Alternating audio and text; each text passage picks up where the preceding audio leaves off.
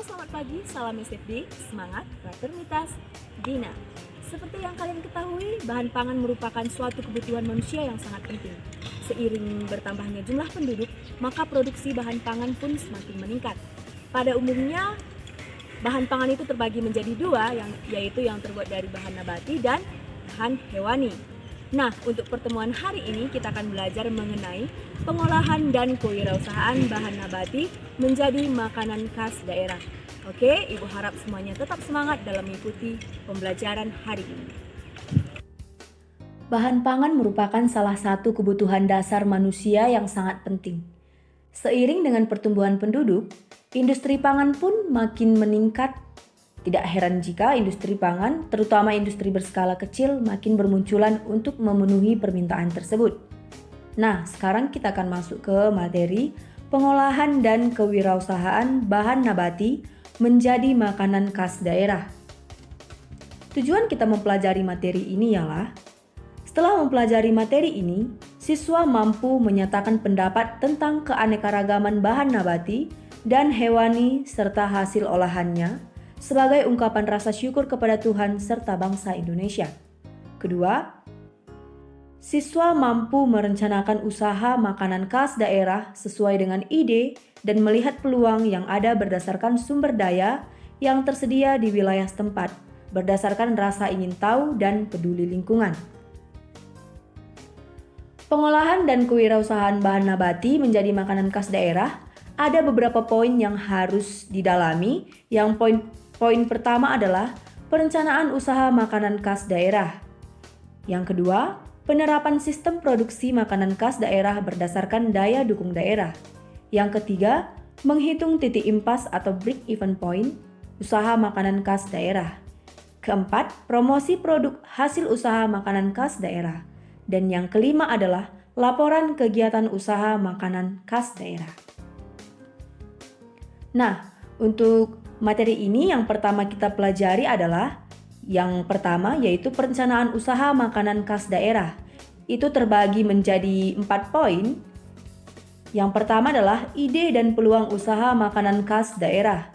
Yang kedua, sumber daya yang dibutuhkan dalam usaha makanan khas daerah.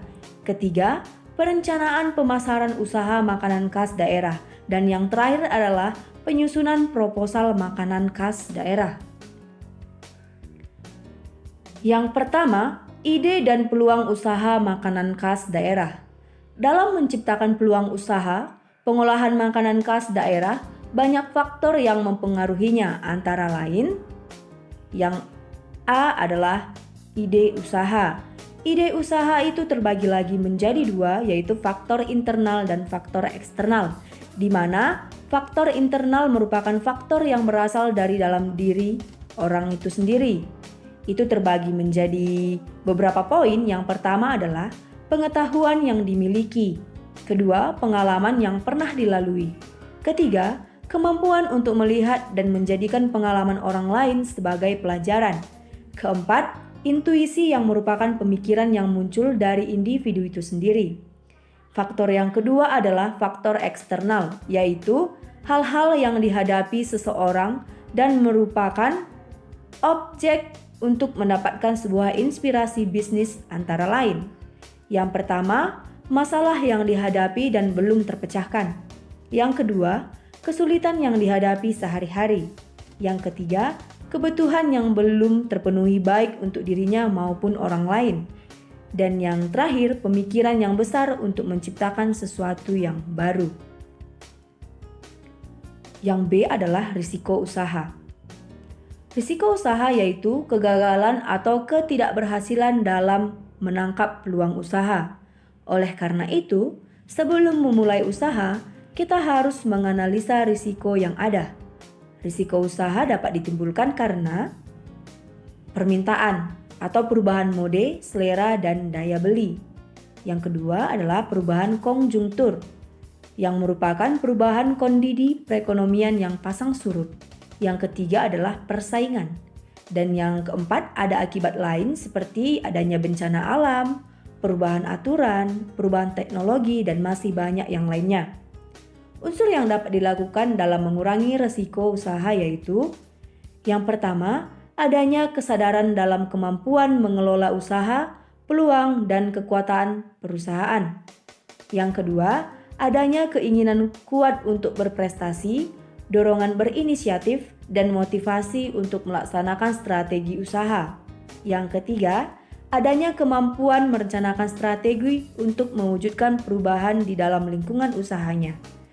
Dan yang keempat adalah adanya kreativitas dan inovatif dalam menerapkan cara mengolah modal usaha untuk memperoleh keuntungan.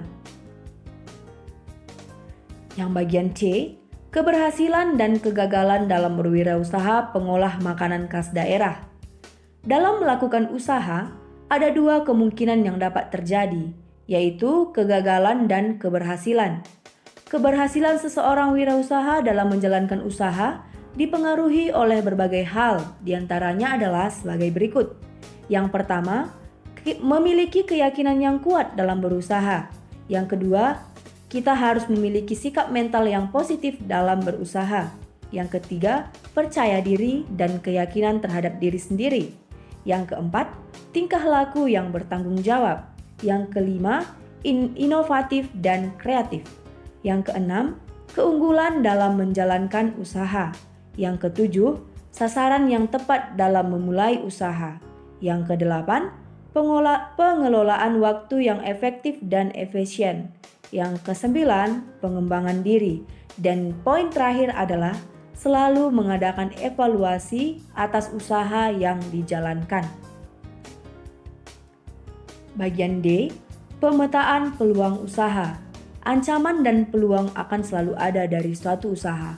Oleh sebab itu, penting untuk melihat dan memantau perubahan lingkungan yang terjadi dan kemampuan dalam beradaptasi dari suatu usaha agar bisa tumbuh dan bertahan dalam ketatnya persaingan. Oke, kita masuk ke poin kedua. Sumber daya yang dibutuhkan dalam usaha makanan khas daerah. Sumber daya yang dibutuhkan itu ada terbagi menjadi beberapa. Yang pertama adalah man atau manusia. Yang kedua money atau uang. Yang ketiga material atau bahan. Yang keempat mesin atau peralatan. Yang kelima metode atau cara kerja. Yang selanjutnya market atau pasar. Dan yang terakhir adalah information atau informasi. Yang ketiga, perencanaan pemasaran usaha makanan khas daerah. Beberapa strategi yang dapat dilakukan adalah: yang pertama, buatlah nama untuk bisnis makanan semenarik mungkin. Karena seperti yang kalian tahu, nama produk ataupun nama bisnis itu juga sangat mempengaruhi bagi customer, supaya mereka semakin tertarik dengan produk yang kita perjualbelikan. Yang bagian B, perkenalkan usaha olahan makanan kepada masyarakat. Yang ketiga, berikan potongan harga untuk acara tertentu, contohnya pada saat grand opening. Yang keempat, membangun jaringan dengan usaha lain yang dapat mendukung usaha yang dibuat. Selanjutnya, menciptakan inovasi pada menu-menu yang ditawarkan. Dan yang terakhir adalah meningkatkan kualitas pelayanan. Pada dasarnya, pemasaran usaha sangatlah penting. Untuk itu, lakukanlah promosi usaha secara total, baik dari mulai dibuka sampai usaha makanan khas daerah dapat berjalan. Lakukan terus promosi dan pemasaran secara terus-menerus. Jika perlu, sisihkan 5-10% omset untuk biaya promosi dan pemasaran usaha. Seperti yang kalian ketahui, promosi itu salah satu usaha yang dilakukan untuk menarik pembeli. Yang keempat, penyusunan proposal makanan khas daerah. Banyak jenis makanan khas daerah yang bisa dibuat dan memiliki daya jual yang cukup tinggi. Seseorang yang akan memulai usaha makanan khas daerah sebaiknya membuat perencanaan yang disusun dalam sebuah proposal isi. Proposal meliputi penjelasan tentang A. Visi dan misi, B. Tujuan dan kegiatan usaha, C. Maksud kegiatan usaha, D. Profil usaha makanan khas daerah, E. Analisis SWOT sebagai kelayakan usaha, dan yang terakhir adalah proses produksi. Oke, materi kita pada hari ini sampai di sini. Tugasnya akan Ibu kirim di Classroom dan semangat untuk mengerjakan tugasnya. Jangan ada yang mengumpul terlalu lama. Kumpullah tugasmu dan kerjakanlah tugasmu dengan tepat waktu. Salam SFD.